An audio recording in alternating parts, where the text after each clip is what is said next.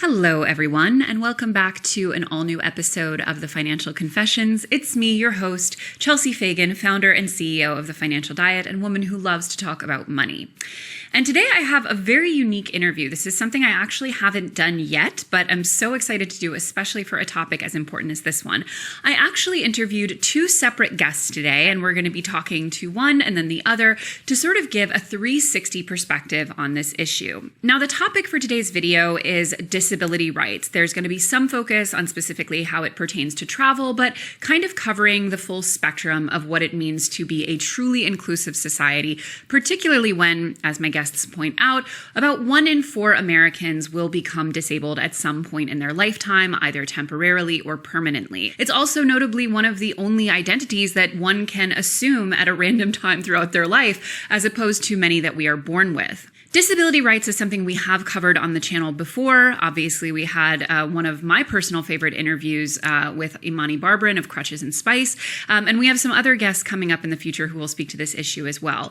But as someone who does, for example, have to travel quite a bit for work and who navigates many of these spaces that for an able-bodied person can already feel, quite frankly, terrible. I mean, literally, who enjoys going to the airport at this point? It is often easy to forget just how difficult so many aspects of day-to-day life can be for people who don't already have the luxury of being able-bodied. Now, it goes without saying, perhaps, but this is also a massive financial issue. Put simply, being disabled or being sick or in any way deviating from the norm in America costs an enormous amount of money. And again, given that this is something that can happen to people at really any time throughout their lives, and we have just recently lived through a mass disabling event with the COVID pandemic, it's all the more important for us to think not in terms of if, but when, for either ourselves or someone else in our lives, because it's not just a financial issue for the person who is experiencing illness or disability, it's also a huge financial issue for the people around them. Many of us will become caretakers. Many of us will deal with just the simple effects of aging, which in and of themselves can be disabling, and on top of that are out of financial reach for many Americans. I know a lot of us are thinking about people in our lives who, for example, may not have enough saved to retire one day.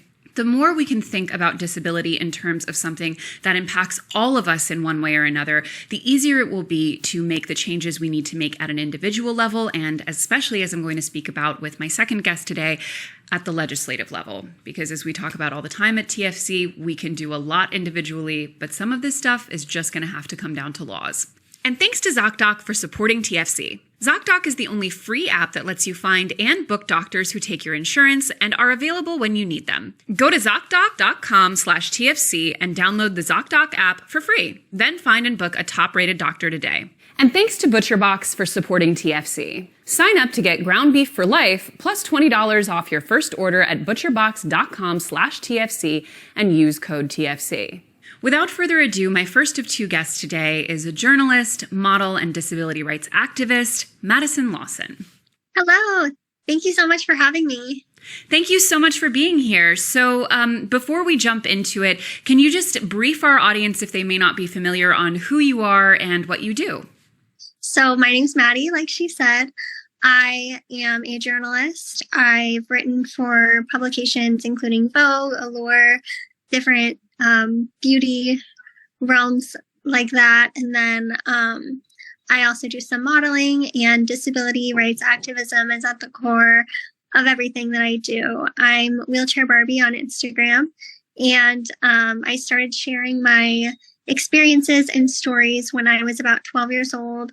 And social media is this really unique tool that I think it's really the only way that you get to kind of decide the way that people look at you. You get to kind of control that angle at which you're viewed. And in society, just in everyday life, we don't really have the power to do that. And a lot of times when you carry the label of being disabled, people kind of look at you in a way that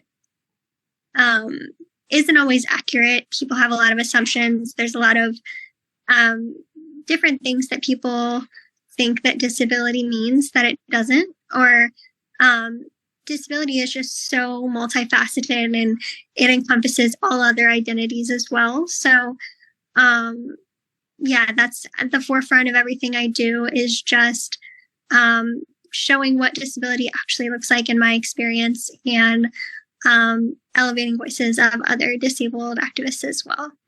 Now, to provide context, do you mind speaking a little bit about your specific disability and how it manifests just kind of in your day-to-day life? Sure. So I have a form of muscular dystrophy that causes progressive muscle weakness throughout my body. So I'm a power wheelchair user.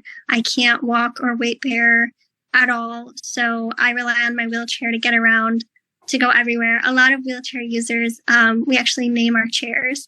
My wheelchair's name is Rue because she is an extension of me. She's how I exist in the world. There is no me without her. And so it's very important that she's functional, because if I don't have her, I can't really do anything. And a lot of people, when they think of wheelchairs, they think of, being confined, or a lot of a previously used term that's now outdated is wheelchair bound, because for most wheelchair users, we don't feel that our wheelchairs limit us, but in fact make our life possible. And so that's not a term that we like to use. We're just wheelchair users. And obviously we navigate a world differently, but, the world wasn't made with us in mind. So we just have a little work to do. Well, a lot of work to do in terms of making it made for us. But little by little, we push the needle of inclusion forward so that the world looks better for people that look like us that come after. So, yeah. Now, we actually found you and about the work you do through a video of yours recently that went pretty viral about your experience flying. People think that us boarding first is like a perk, but truly they're just trying to hide us so the public doesn't see what's really going on. My name is Madison Lawson. I'm from St. Louis, Missouri. I'm 26 years old. I'm a journalist, a model, and a disability rights activist. And I'm on my way to DC to advocate for accessible air travel. 29 wheelchairs every single day are damaged and broken by airlines, and they're doing nothing to fix that. Now, we'll link the video in the description on TikTok. I highly recommend everyone watch it because it is very illuminating. But just in this one video that you're filming, aside from how cumbersome and unpleasant the prospect of even boarding a plane is, your chair was damaged, and you point out in the video that I think it's 29 chairs a day are damaged in air travel. Can you talk a little bit about why air travel remains so terrible, frankly? I mean, for everyone, but particularly for disabled people, and what, can sort of, where are the biggest areas of work that you're looking to make changes within travel? So air travel is actually the only mode of transportation left in the United States where the passenger is expected to be separated from their mobility aid, whether that's a wheelchair, whether that's a walker. There's so many different mobility aids that encompasses, and wheelchairs are actually treated like luggage and are stored with the luggage, and there's no protection around the chairs. There's thousands upon thousands of pounds of luggage surrounding that. And so the likelihood of something getting damaged is very high. And in over 100 years of air travel, they've not once updated the way that disabled passengers are loaded. People are dropped frequently. People are injured from being in a chair that does not fit their body, because a wheelchair is so much more than just a wheelchair. These pieces of equipment, my wheelchair in particular, is about $70,000, and they carry a hefty price tag for a reason. Having muscular dystrophy, if I'm not supported correctly, my chair helps me to sit up straight so I can breathe properly. As you can see in the video, I have a hard time holding up my head if I'm not seated at the correct angle. And so, a wheelchair is so much more than just a seat. It's quite literally a part of our bodies and how we function. And, the ADA hasn't historically applied to air travel. There's just so much danger, not just for the passengers themselves, but for the people loading us, for just the way aircrafts are designed. They're not designed for transfers. There isn't a lot of room. I mean, even non-disabled people know how tiny those seats are and how crammed everything is together. And so when you're trying to perform a transfer, which is something medically that you need to be trained to do, but airline staff isn't required to be medically trained to do so. There's just so much room for error. There's so much room for everybody to get hurt. I'm a pretty small person for a grown woman, and I have a hard time fitting in those little aisle chairs. And I'm about the size of an average third grader. So imagine a 270-pound paralyzed man trying to get transferred on this tiny seat that, it's not padded. It's not safe. And even airplane seats, they're not padded. People develop pressure sores all the time just from being in these seats for too long, because those seats obviously weren't custom designed to our bodies, and they're just not safe. And it's not even just the passenger that gets affected. It's everybody. There's also a lot of times not enough staff there to perform the transfers. And so, there's situations where flight attendants or different people have to step in and that aren't trained at all to do those kinds of things. And so it's just a very, very dangerous system, and it needs to be not only updated, but severely modified to actually have some accessibility provisions in there, just to make everybody's life safer. You mentioned that, in the 100 years of air travel, we have not changed the way we accommodate people with disabilities on flights. It's clearly an area of massive oversight in terms of accessibility. But on the other hand, there have been some improvements in the way we accommodate people. Do you feel overall, as a person who does have, these limitations in mobility, do you feel that overall things are moving in a positive direction, or do you see corners increasingly being cut and accessibility sort of being more of a buzzword than something that's actually being implemented? I think that accessibility is something that it's definitely better than it was a long time ago, but there have been so many people fighting, and there's nothing I can tell you that any other disabled passenger wouldn't be able to tell you as well. So it's been a lot of fighting, and that needle gets pushed forward excruciatingly slow. And when you're waiting for it to happen, obviously it's frustrating, and you just want it to be equal to non-disabled people's flight experience.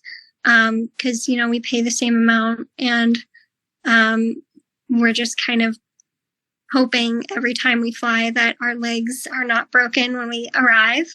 And so it feels very dehumanizing, and it feels very not equal. And so I definitely think that things, accessibility wise, overall are better, but better is not,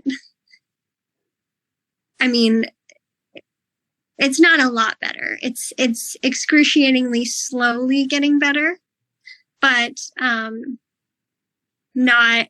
don't think that airlines are going to make these changes without legislative representatives and people forcing that to happen, because they've had over 100 years and it's barely any better. So, right. I definitely think that, it could be so much better than it is. And it's just going to take lawmakers forcing that to happen. It's not going to happen on its own. There have been just so many people sharing their horror stories. And I think that's one of the hardest things is every single day I wake up to people messaging me, or I'll read headlines about people's wheelchairs getting damaged, and it's the same story that's happened all these years. And now it's getting a little bit more momentum, I think, but not, obviously it's frustrating to see something happen for years and years and years, and it feels excruciatingly slow. But I'm hopeful that change will happen, and because it has to. So, as you mentioned in your video, 1 in 4 Americans, I think, will become disabled at some point in their lifetime. And as I talked about in my intro, the simple act of aging, especially in such a, in a country where it's so expensive to get older, is in and of itself a huge concern. With numbers like that, that's basically guaranteed to affect you or someone close to you at some point in your life, common sense would dictate that people would take a higher interest in this or feel more personally connected to the issue.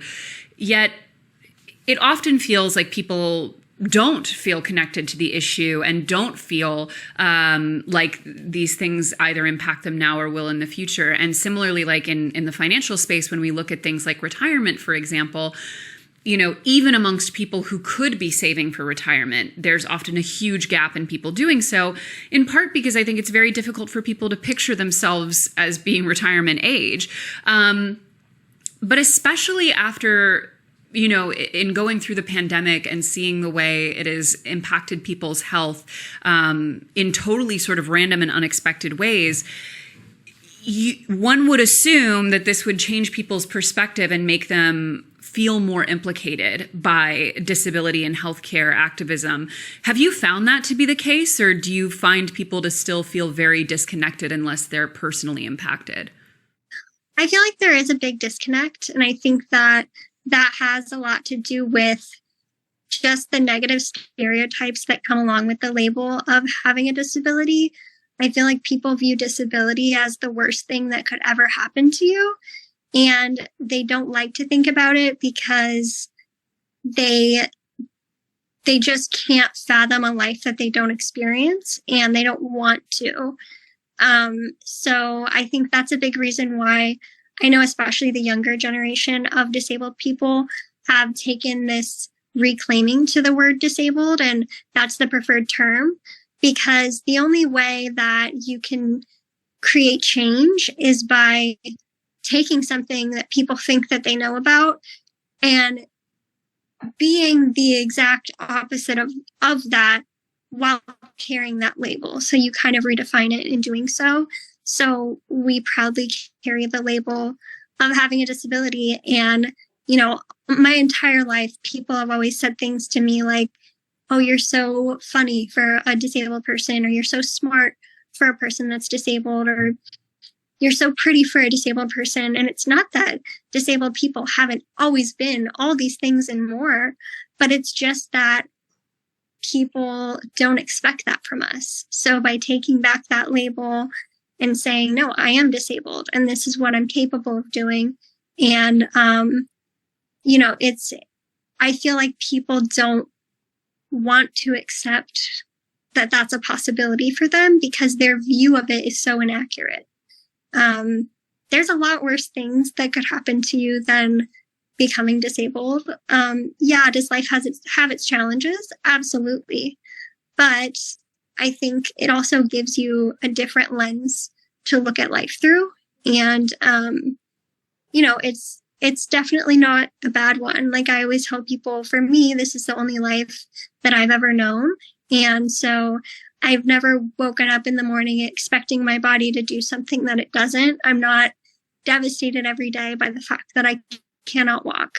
In fact, if not being able to walk was the hardest part of my day, that would be really easy to deal with. But it's actually those negative perceptions of what disability means in the first place that really disable me more than anything.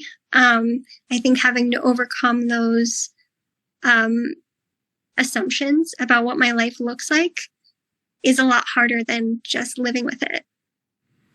It is still baffling to me the kinds of representation of disability that are not just part of the mainstream, but really celebrated and kind of held up as examples. Like I can think of several, examples of really popular films, television, books that represent disability as essentially being a life not worth living, or as the most catastrophic thing that can happen, as you put it. And, part of me wonders, this is a very cynical thing to think, but in a culture where healthcare is so expensive and needing care is so expensive, are we intentionally creating an environment where we almost want to push that message because it's a more simple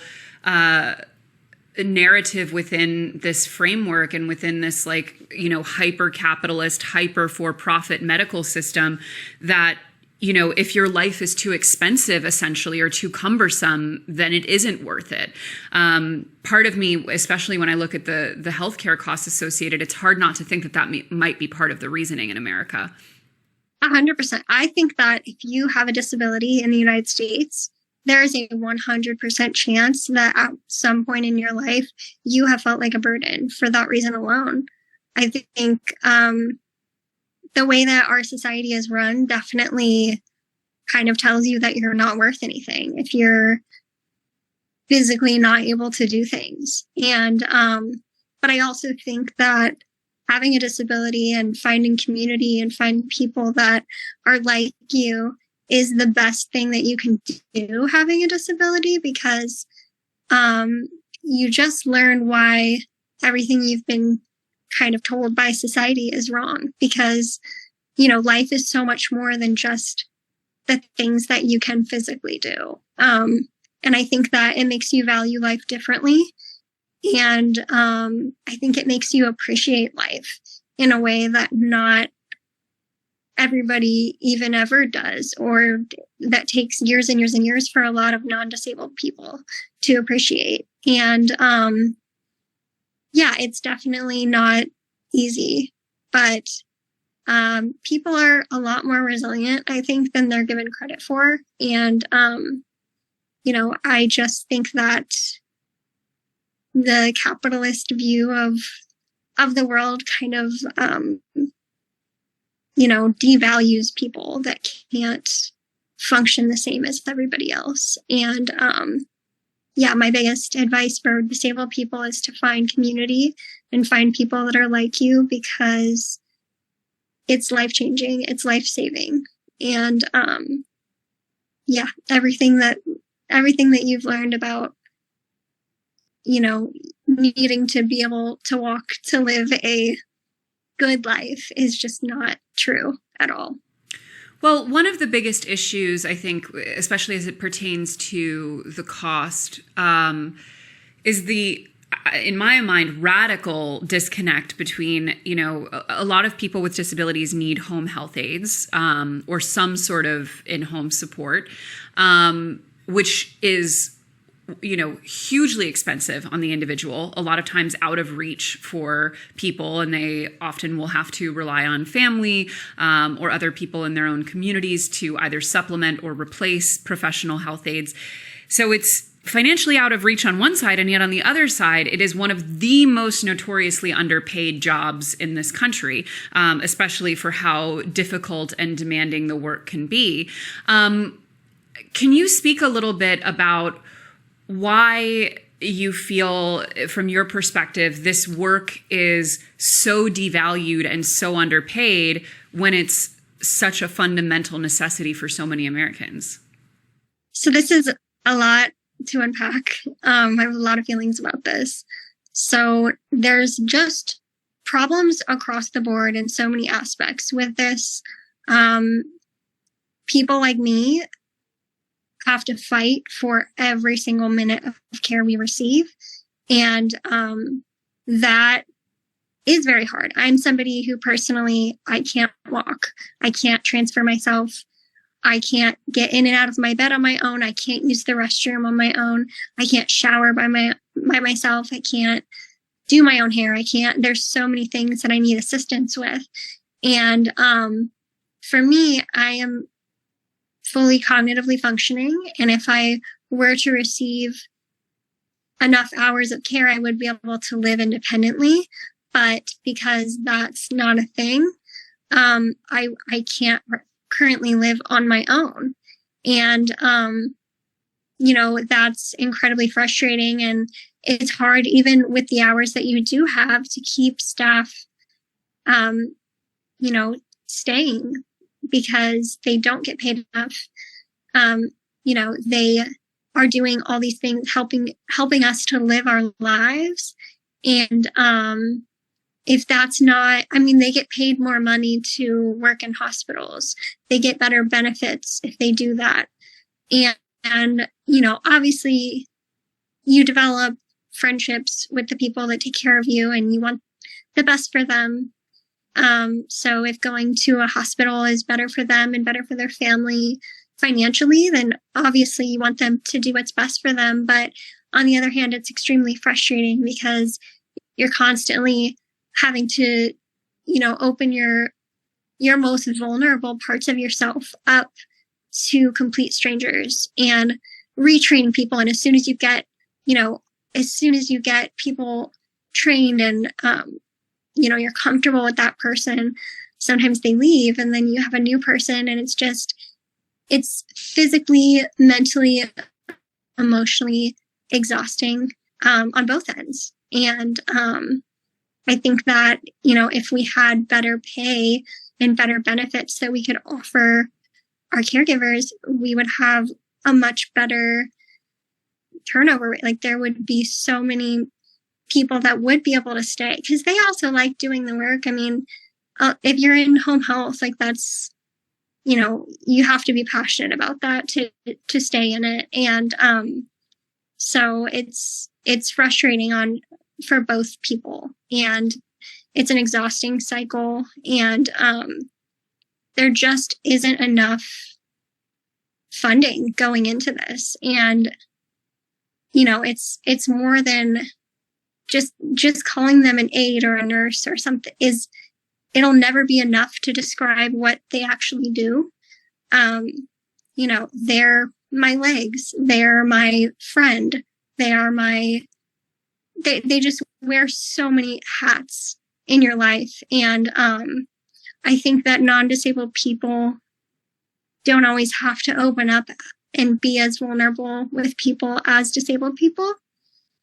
And so that can be really exhausting to constantly have to, reopen up and let somebody into your life and up close to you like that. So I could talk about this forever, but I probably rambled on a little long. But. No, not at all. And for those listening at home, we will be talking about some of the legislative next steps and action items with our next guest in this little two-parter. But a last question I kind of just wanted to hear your thoughts on. So you're someone who you model, you're a journalist and writer, you have a level of visibility that, is obviously very impressive. And the work that you do is so important. But from the outside, I always sort of wonder, when you're in these jobs, whether it is modeling, writing, whatever it might be, to what extent do you feel that the inclusivity is sincere and longer term and something that goes beyond just, a token appearance here or there? And kind of beyond that, to what extent do you feel expected to always sort of speak about and from the perspective of the issue of disability, as opposed to just being able to speak about, whatever issue you might want to, or just talk about fun things? Because I do personally, as someone who's been in media for 12 years and has seen a lot of various cycles in this conversation about representation, sometimes it can feel very heartening, but oftentimes it can feel a bit limiting or tokenizing. when I was a kid, I never saw people that looked like me in media. The only time I ever saw people portrayed with disabilities in media in any way was to either promote inspiration porn, which inspiration porn is essentially taking a person with a disability and using their life experience to make yourself feel better as a non-disabled person. And you've probably seen this in things like posters where I can particularly remember one example of when I was in high school, there was a poster on one of my teacher's walls, and it had a child with a limb difference who didn't have arms that had a pencil in their mouth, and they were writing their name, and it said, "What's your excuse?" And I always remembered feeling icky about it and not liking it. And I couldn't quite understand why I didn't like it, because they were trying to be nice, but it doesn't feel nice on the receiving end to be kind of put on this pedestal of, well, at least my life doesn't look like yours, so what's my excuse? So yeah, it's either to portray that or to invoke a sense of pity.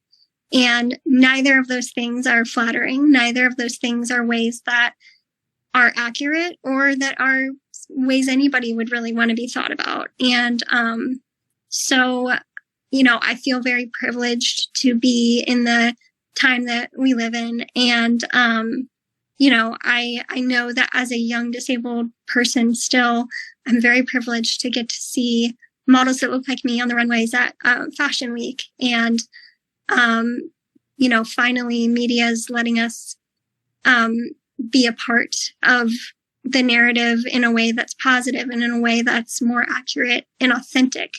And that's, part of that is finally having actual disabled people portraying disabled roles, which is really important to have an authentic view of what that life looks like. But I remember in the very beginning of my modeling career, I was so afraid on set to kind of call out things when they wouldn't be accessible, because I didn't want to be labeled as, hard to work with, or when it was things that were provided for the non-disabled models, and things like people forgetting that, we need accessible transportation, or we need, just little things that you don't think about when you're not disabled. And it wasn't that I was angry at them. It was just that I was frustrated that, when I speak out about stuff now, I definitely think about my community as a whole. And we deserve those same things that is provided to every non-disabled model. And so it makes it a little easier to speak up. It makes it a little easier to, call out things when they are happening that aren't right. Because, in the beginning, it was super intimidating because there just wasn't really many models at all. I could count on one hand how many models were working in the industry when I first started. Well, now I'm seeing it a lot more. And that's, I feel so lucky to be in this generation where that is finally happening. And yeah, I think just now when I work with brands, one of the first things I ask before I accept a job is, okay, so what is your brand doing to be inclusive of people with disabilities? Or how are you making your products, better advertised for people that have disabilities? And, so I think holding companies accountable to their word and, okay, if you want to be inclusive, how are you doing that? And making sure that there's an answer and that there's a tangible answer. And also, if they have an event for that, making sure that those events are accessible. Because I could tell you, and there's countless other disabled models that could tell you, we've been in situations where we show up and there's stairs to get to whatever event they invited us to and no elevator. And so it's just little things like that I think aren't intentionally done to be exclusive, but that brands just need to be accountable for and to, just really think about if they want to use disabled models, they need to make things truly inclusive and accessible And we don't want to just be a photo. We don't want to just be a moment. We want to be included. And inclusion is way more than a snapshot. Inclusion is more than a moment. It's seeing actual inclusion of our community as a whole, and seeing brands making adaptable products or making products that, we're not an afterthought. We want to be thought about in the beginning, just like everybody else.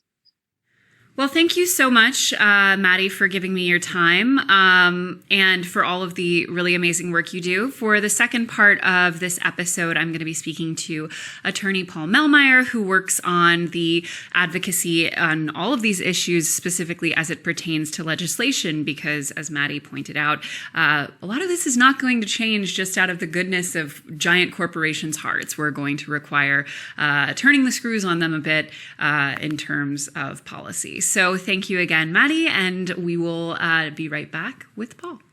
I want to take a quick pause and thank today's sponsor, ZocDoc. If there's one thing you should actually take the time to do, it's find yourself a good doctor, whether it's for your mental health, your yearly checkup, or a new dentist because you're still going to the same one from your childhood and realize you don't actually like them. Finding the right doctor should not be an overwhelming task. It should actually be the opposite. ZocDoc is the only free app that lets you find and book doctors who are patient-reviewed, take your insurance, are available when you need them, and treat almost every condition under the sun. Instead of going to TikTok for medical advice, no shade because I love TikTok, it's just not where I nor you should be seeking out medical advice, I use ZocDoc, literally, I personally do use it, to find the right medical professionals, and you should too.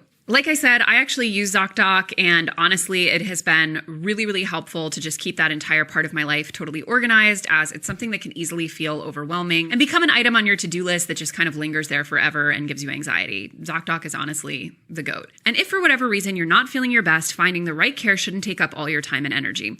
That's where ZocDoc comes in to help. Using their free app that millions of users rely on, you can find the right doctor that meets your needs and fits your busy schedule. Here in New York City, some doctors are booked up for weeks, if not months in advance, and that's not particularly helpful when you have something that needs timely attention. With ZocDoc, you can book an appointment with a few taps in their app and choose from thousands of patient-reviewed doctors and specialists, browse doctor profiles, upload and verify your insurance information, and get the care you need in one place. Go to ZocDoc.com/TFC and download the ZocDoc app for free. Then book a top-rated doctor today. Many are available within 24 hours. That's ZocDoc.com/TFC. ZocDoc.com/TFC.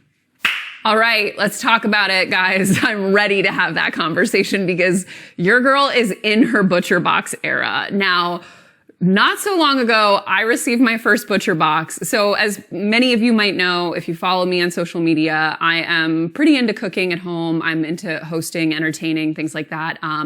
I pretty much stay in my kitchen. And I do try to be conscientious about where I source my products. I've talked about this before on the channel. Like, I like to use, more farmers markets, more local products, more seasonal produce, like all that good stuff. But honestly, it can be hard to shop for it on a regular basis. And it's just another thing I have to add to my to-do list. And it's I love the farmers market, but I'm not out there buying a roll of paper towels there. So it just adds another stop. And I do still go there quite a bit. But when we started talking to ButcherBox about doing ads, I was really, really interested because it's actually a product that I have been interested in for a while, just in terms of having really high quality meat products that I can feel good about and not have to constantly be thinking about where I'm going to source them and to be able to meal plan more effectively. Anyway, suffice to say, a week ago or a couple weeks ago, my ButcherBox arrives and I had selected what I wanted for it. So it was all the things that I knew I wanted to cook with. My husband was like, what is this? Truly, it was Christmas morning. Now, as you will see in the video here, if you're watching, it was a comical amount of meat for a New York City girl. I'm going to be working my way through this for a bit now. But it does have a nice little home in my freezer now. But I have been absolutely loving it. I've already made several meals, you can see here. And I have a few really big ones planned. One of the things that I got was really nice little steaks. And so I'm going to do a beautiful steak dinner for when my husband comes home for work travel in a couple days. Anyway, obviously ButcherBox is paying us, because we're advertising for them, but I can honestly say I'm just going to keep using ButcherBox, even if they stop giving us ad money, because I'm really enjoying it. And, it's really tasty. It's like honestly a great product. I fully endorse it. I'm in my ButcherBox era and I'm here to stay. And beyond my personal experience, it's worth saying that ButcherBox makes it easy to find high quality meat and seafood that you can trust. They have incredible deals and everything from ButcherBox is humanely raised with no antibiotics or added hormones. They offer curated and customized boxes like the one I got, exclusive member deals, recipes, tips, and shipping is always free. And ButcherBox is giving us a special deal. Sign up today using code TFC to receive ground beef for life, plus $20 off your first order. That's 2 pounds of ground beef free in every box for the lifetime of your membership, plus $20 off your first order when you sign up at butcherbox.com/TFC and use code TFC. So as promised, guys, we kind of wanted to get a 360 perspective on this issue that we spoke about with Maddie and obviously her personal experience. And something that we address quite a bit on this channel is the need for policy changes if we are going to make meaningful impacts in almost any area that we talk about on the Financial Confessions. Now, obviously, there will never be a reason to not make individual changes in your own life and to do what you can on the individual level to be a solution to some of these issues, both in terms of accessibility and all of the other issues that we speak of. But not only is there a limitation to what we can all do individually, especially if we have more limited financial resources, the constant focus on individual action can often be a bit of a distraction or a letting off the hook of the policy changes that need to happen. Legislation is not particularly sexy and can also feel sometimes very overwhelming to think about, but as someone who does, amongst other things, quite a bit of phone banking and canvassing for various issues, I can say that particularly on the more local levels, like these things make a massive difference. And specifically as it pertains to things like air travel, like we talked about with Maddie, companies like gigantic airlines are not just going to make changes out of the goodness of their heart. Their hands are going to need to be forced. And ultimately, as we've seen with air travel, again, as an example, even aside from the disability issues, when profit is the center of gravity and the focus of all of these corporate efforts, everything else is going to suffer. Now, that ranges from just the average consumer experience, because let's be clear, flying is extremely shitty for everyone, right down to making it damn near impossible for people like Maddie to get on a plane. So we've heard a little bit about the individual experience, but I wanted to speak as well with someone who specializes in the policy advocacy and legislative changes that are going to be necessary to actually change some of this stuff, both on a global scale and also permanently, because it's very easy to throw a token level of accessibility here or there, but long-term changes are going to necessitate legislation. So without further ado, I want to welcome my guest, public policy advocate, Paul Meltmeier. Hi, Paul. Hi there. Hi. Okay, so first and foremost, tell our audience what a public policy advocate is. Absolutely. Well, first, Chelsea, thank you so much for having me on the podcast today. Very excited to be joining you. So within my role, we partner with the neuromuscular disease patient community and really listening to them in what the everyday challenges of their life may be. And if there happen to be public policy changes that we can pursue within the Muscular Dystrophy Association's Public Policy and Advocacy Department, we hope to do so to try to improve and benefit those who we serve. Now, when you're, working on policy advocacy, what does that entail practically? Are you more interfacing with, constituencies? Are you directly working with, legislators? Like, what are your sort of day-to-day areas of focus?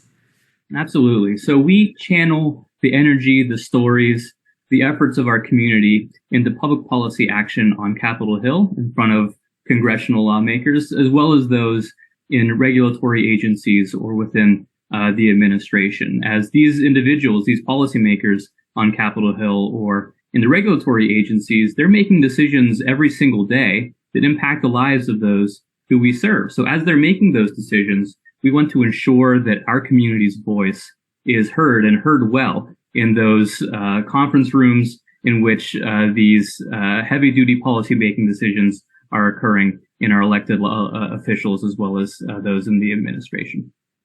So something that we run into quite a bit on the show, and as I talked a little bit about in my intro to our conversation, is the immense focus that is placed on individual choice and individual action just like basically every aspect of consumer life, right? Like we talk all the time, like, for example, when it comes to environmental causes, we are sort of taught implicitly or explicitly to focus on the individual choices that we're making, but as it pertains to things like, accessibility, inclusivity, all of that, we're often really speaking in terms of either, our individual practices or really isolated acts of inclusion, which can, in many cases, boil down to tokenism, especially if, the company involved isn't actually making any meaningful changes.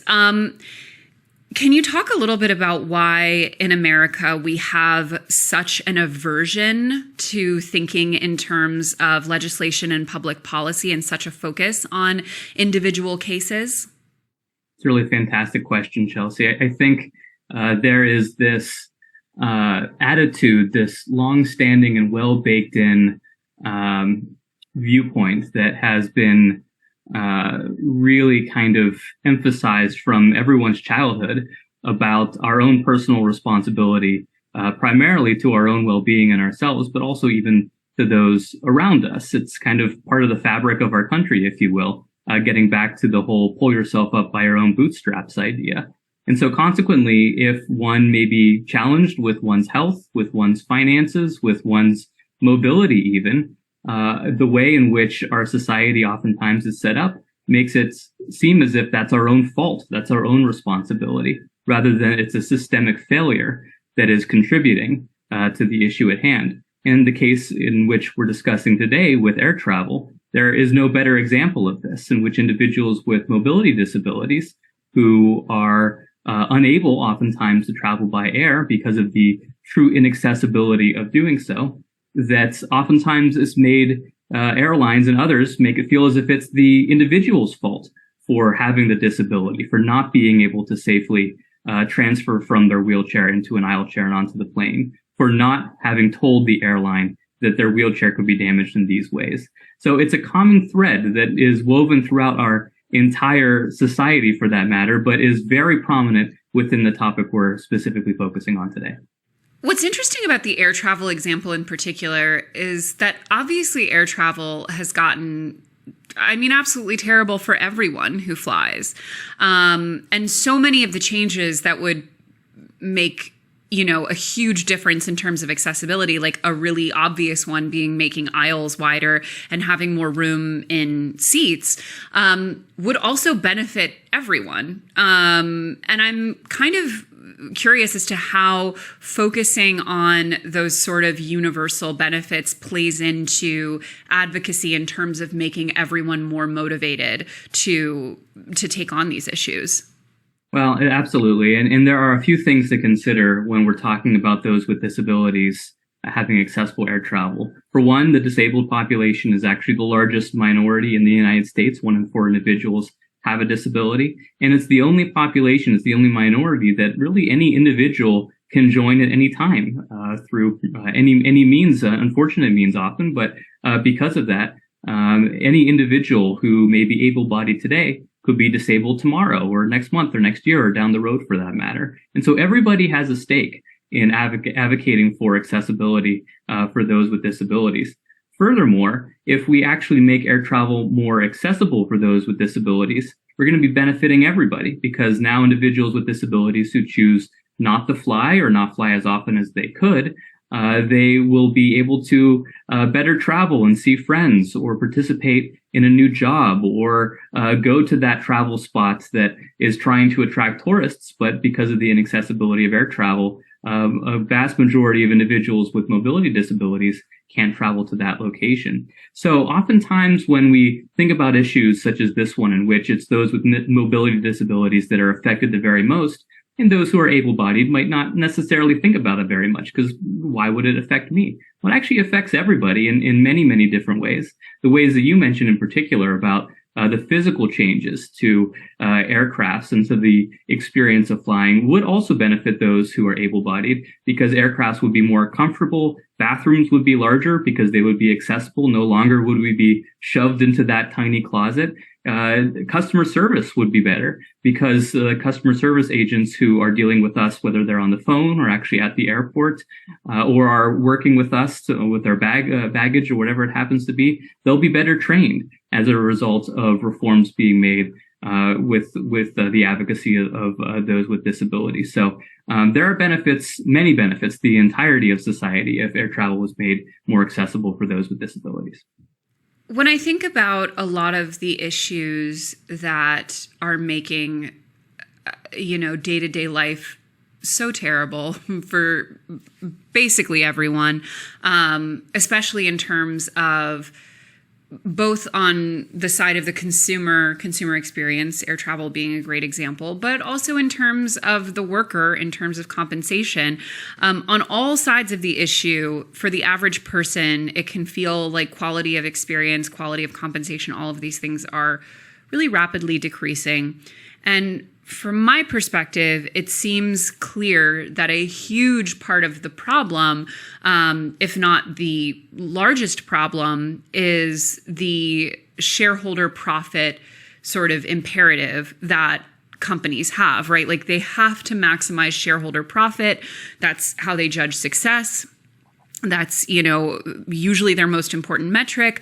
And everything else sort of inherently has to take a back seat to that, whether it's cutting corners on the actual product, on manufacturing, on environmental practices, on employee compensation and benefits. Like everything feels very downstream from that. And accessibility is obviously one of the, quickest areas to cut from, that perspective.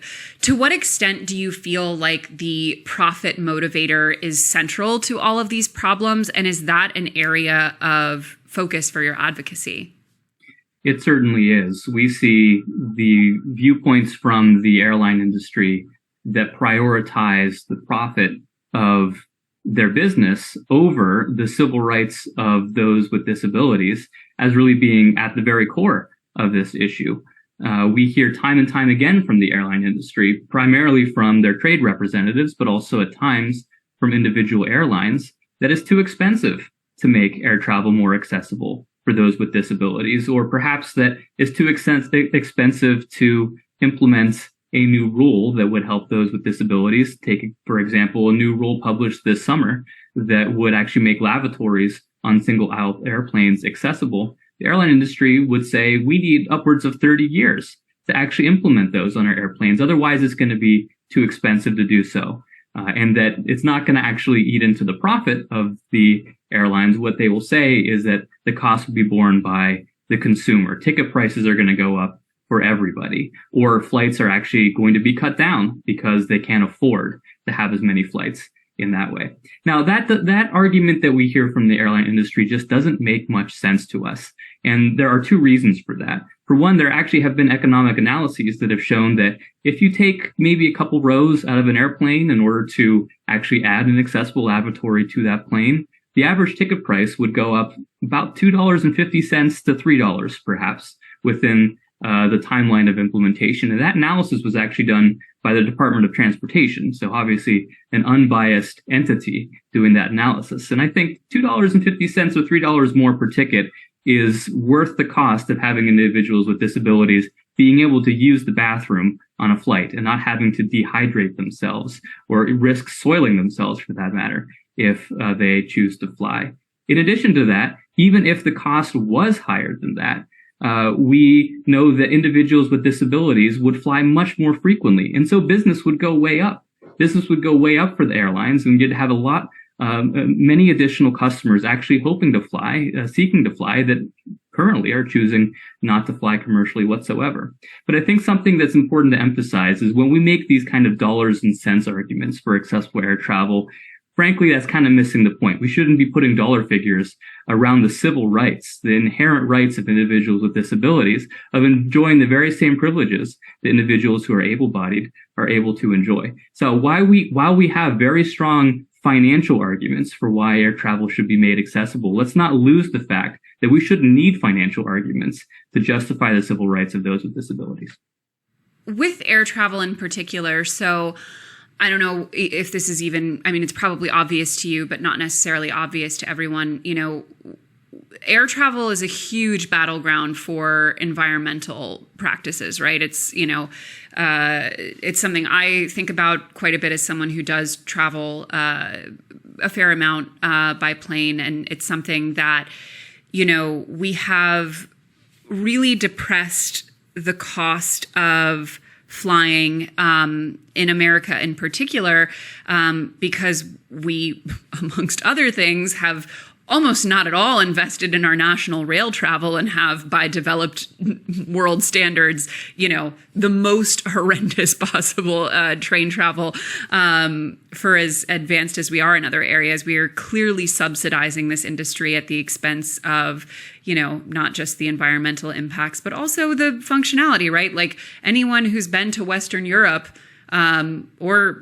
huge swaths of Asia and even South America, for that matter, knows that train travel rocks and should be a lot more a part of the fabric of American life. Can you talk a little bit about some of the accessibility advances that have been made in other forms of transportation, and to what extent prioritizing transportation like more comprehensive train travel is a part of overall advocacy for accessibility?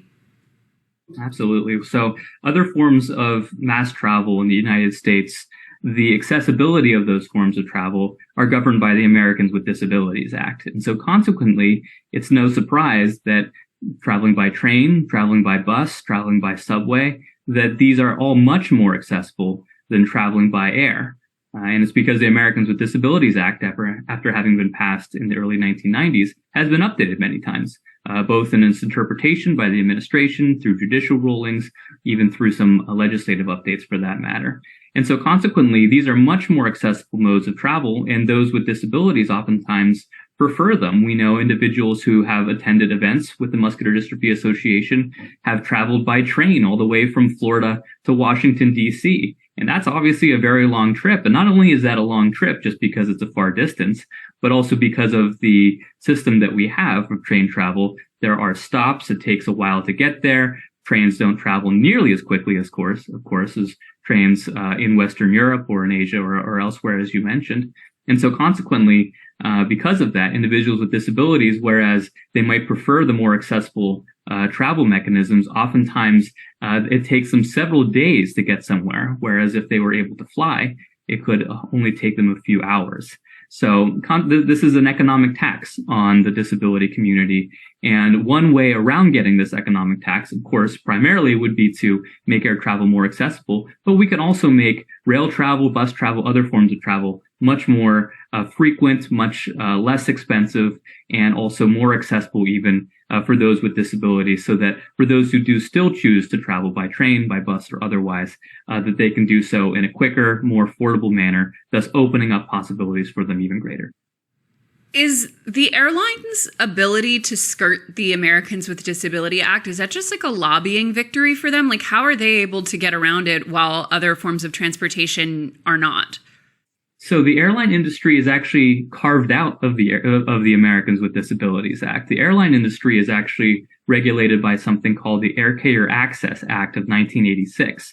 This was actually an accessibility law that was passed and signed into law prior to the ADA even existing. And so consequently, 4 years after the Air Carrier Access Act was passed and signed into law in 1986, as the Americans with Disabilities Act was being debated and then eventually signed into law, they carved out the airline industry from that bill, thinking that that was already covered. That was already covered well enough over in the Air Carrier Access Act. We don't need to layer on additional regulations or additional requirements onto the airline industry because of that. Now, unfortunately, what's happened since then is, whereas the Americans with Disabilities Act has been improved many times in the ensuing 30 years, strengthened, expanded, and really has solidified in many places accessibility for those with disabilities, the Air Carrier Access Act has essentially languished. It has not been updated whatsoever in the ensuing 35 plus years since its passage and signing into law. Now, there are some small regulatory changes here or there, but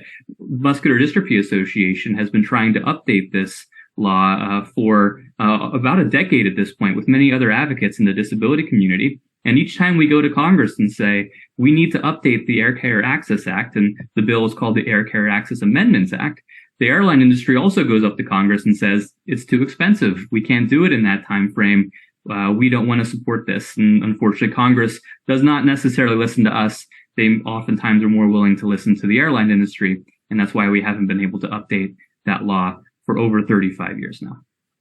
That's awful. It often feels like the airline industry in particular is just like an unstoppable beast of bad practice and destructive, systems. And, even looking at, for example, during, the height of the pandemic when air travel, was basically grinding to a halt, the tens of thousands, if not maybe hundreds of thousands of flights that were going on empty every day just to maintain these slots and, I suppose maintain some sort of accord with, airports and things like that. So even what could have been, a silver lining in terms of the environmental benefit of slowing this travel, even that doesn't, it just often feels as though air travel in particular exists in such a different dimension from what we're able to impact.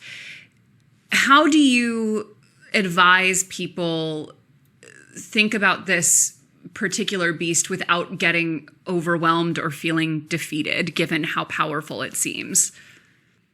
Yeah, it's easy to get disconcerted when looking at the success the airline industry has had in preventing their practices from becoming more accessible over the course of the last 35 years and even longer than that, for that matter.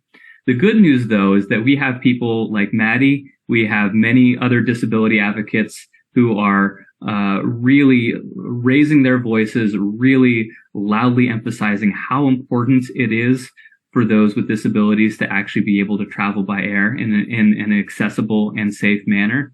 And we're having a positive effect. I think this year we have the possibility of actually breaking through some of the logjam that the airline industry has been able to create up on Capitol Hill. And this is through this year's Federal Aviation Act, FAA reauthorization, in which we've successfully gotten many provisions that actually make air travel a lot more safe and a lot more successful, or a lot more accessible, I should say, into the bill. In fact, in the House of Representatives, the Republican-controlled House of Representatives, with almost 400 individuals voting in favor of the bill, we have accessibility provisions within that legislation that would make air travel much more accessible than it ever was before. And for those who are wheelchair users, actually create the path for individuals who are wheelchair users to be able to bring their wheelchair onto the plane. So this is a good example of where it may seem impossible, where it may seem as if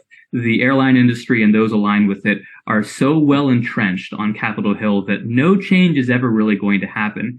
Actually, it can. If you have the right voices, you have the right number of folks going up there, talking with their legislators, talking with the staff of legislators, talking with the administration, participating in initiatives that the Muscular Dystrophy Association and many other fantastic advocacy organizations are leading right now to get these voices up to Capitol Hill.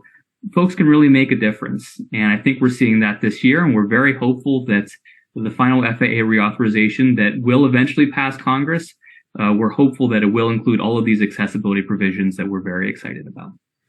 Well, one of the other issues that Maddie and I talked about in our conversation was the access of, just frankly, day-to-day help for people with disabilities, specifically in the form of home health aides, and how prohibitively expensive it can be on the individual or the family that needs the health aid, but then how criminally underpaid the job is for the people who actually do it.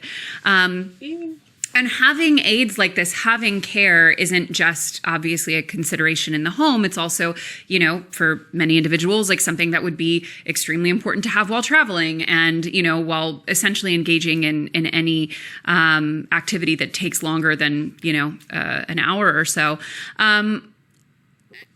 To what extent is, your policy work focused on the human resources that individuals with disabilities have, and where are you seeing progress being made in that area specifically, given how essential a part it is of, just the most baseline level of accessibility?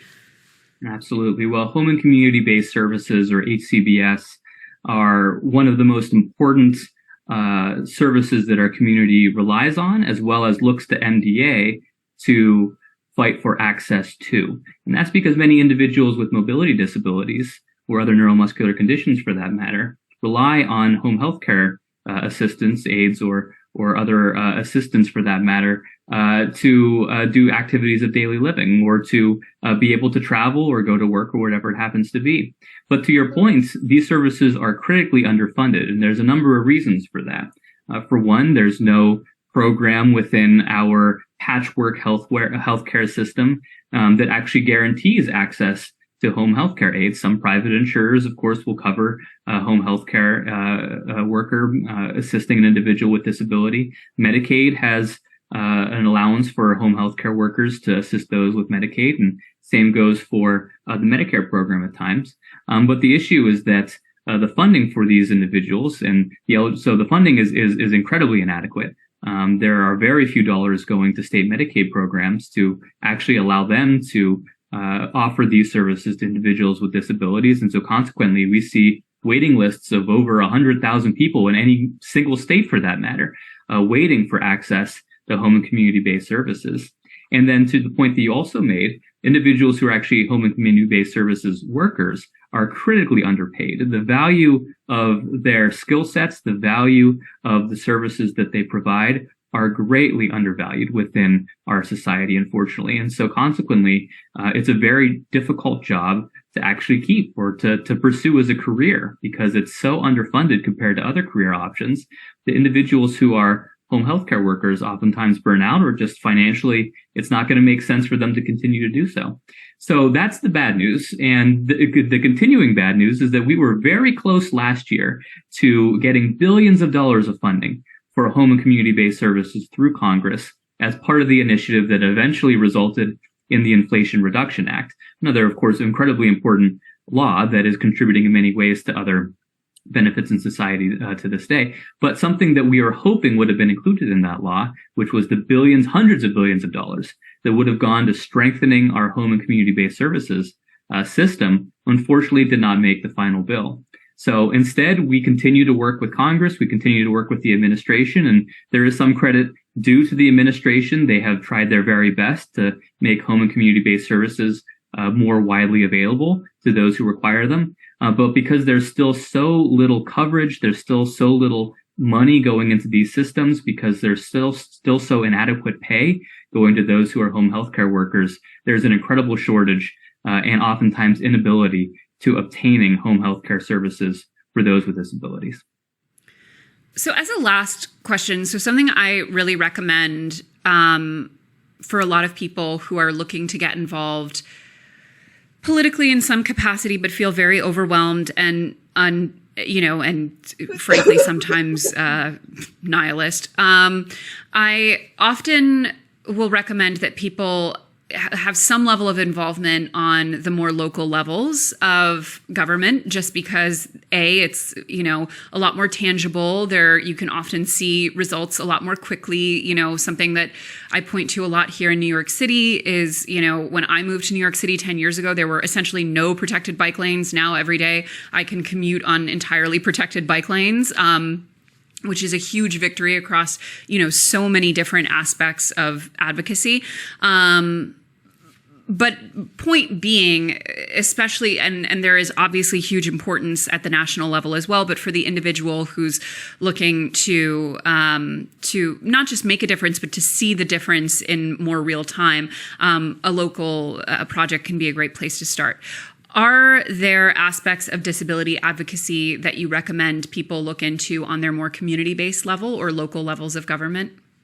Yes, absolutely. Local jurisdictions actually have a very important role to play when it comes to accessible living. And the way that I say accessible living is because it's local jurisdictions that are going to make the decisions about an accessible park or curb cuts or just other ways in which a potentially inaccessible place could be made accessible. That's actually oftentimes up to the local jurisdiction to make it happen, to fund that project, to prioritize that project, to make sure those with disabilities have the very same access to a business or to a service or to a building that individuals without disabilities, those who are able-bodied, have.